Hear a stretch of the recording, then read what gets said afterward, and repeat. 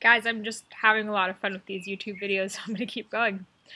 So, I was in LA for about 2.5 months, having a great time, and then something hit me. I was just thinking, like, I'm having a great time, I'm writing, I'm meeting new people, but is this it? I think it started when I had to decide whether I was going to lease a car or continue renting, and I was like, whoa, if I lease a car, that means, like, for the next 2 years, I can't move. And I was thinking, like, okay, I'm 23 years old. This is the only time I have in my life to do whatever I want. These are the times that I'm going to look back on and think, like, wow, that was living. And then I was thinking, am I living my life the way that I want to forever look back on? And I reflected on what were the moments that I felt defined who I am today. All of those moments were the times that I really felt struggles. For example, when I was volunteering in other countries, the first time I volunteered abroad, I was 15. I went to Costa Rica and I helped orphans whose mothers were in prison. And after that, just the travel bug hit in me. I went to Nicaragua with a group from my school and we did construction work. We built a preschool and we were also teaching English. That summer, I went with a nonprofit organization to Thailand and Vietnam. In Thailand, we just lived with the families of rice farmers by ourselves, each volunteer in their own house.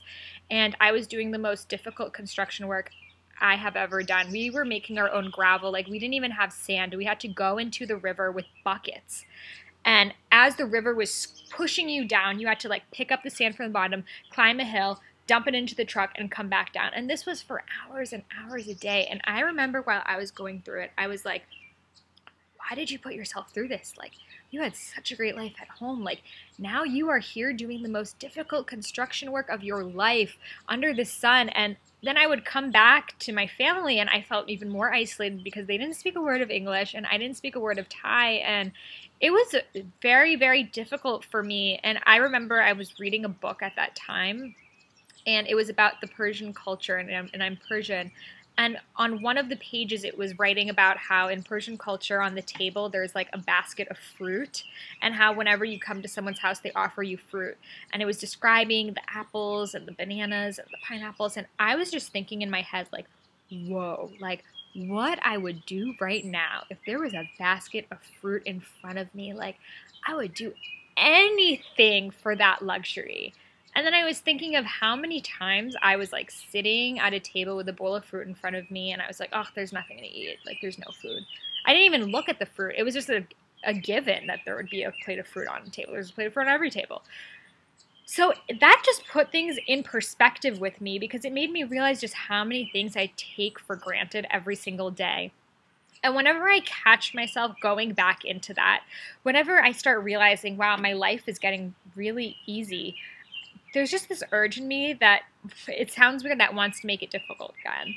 And not difficult as in like I want to create problems for myself, but I want to help make other people's lives easier.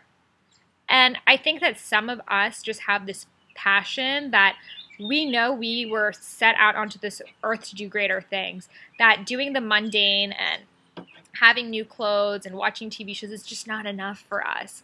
We want to sense that being scared, that being alone, that climbing up the top of the mountain and thinking like, wow, that was so hard, but I did that and this view is amazing. And there is no greater feeling than knowing that you pushed yourself and you changed something because of that pushing. And that's what made me decide that I have to leave LA. It was getting too easy. It was getting too perfect. It was getting too routine. I had, a stable, comfortable life, but I don't think that a stable, comfortable life really brings me happiness. I think that I need to be out there, be in reality. I don't want to be in this bubble that I have everything at the tip of my control.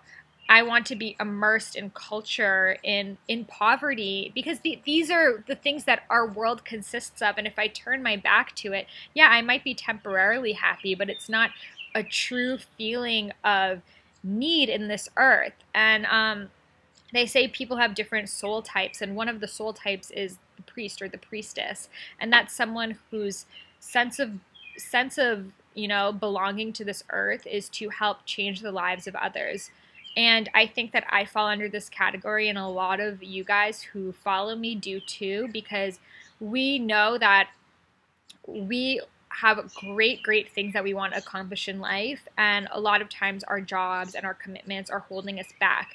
And I want to show you guys that it doesn't have to. I completely support myself with my consultations, with creating my app, with my website, all of these things that I created for myself because I knew that I didn't want to be in this box. And maybe I would make more money with a 9-to-5 job, but I wouldn't have that freedom. And for me, time is the ultimate form of wealth, because when you're rich with time and you can throw it around and spend it however you want, you are truly living your life. So if you guys can relate to the way I feel and I'm not the only one out there, then leave me a comment, and I want to help us create a community where we can help each other go on these trips, find these opportunities, travel the world for cheap, because there's so much to see out there if we can just like get out of our little bubbles. So comment below and let's help each other out and start a community.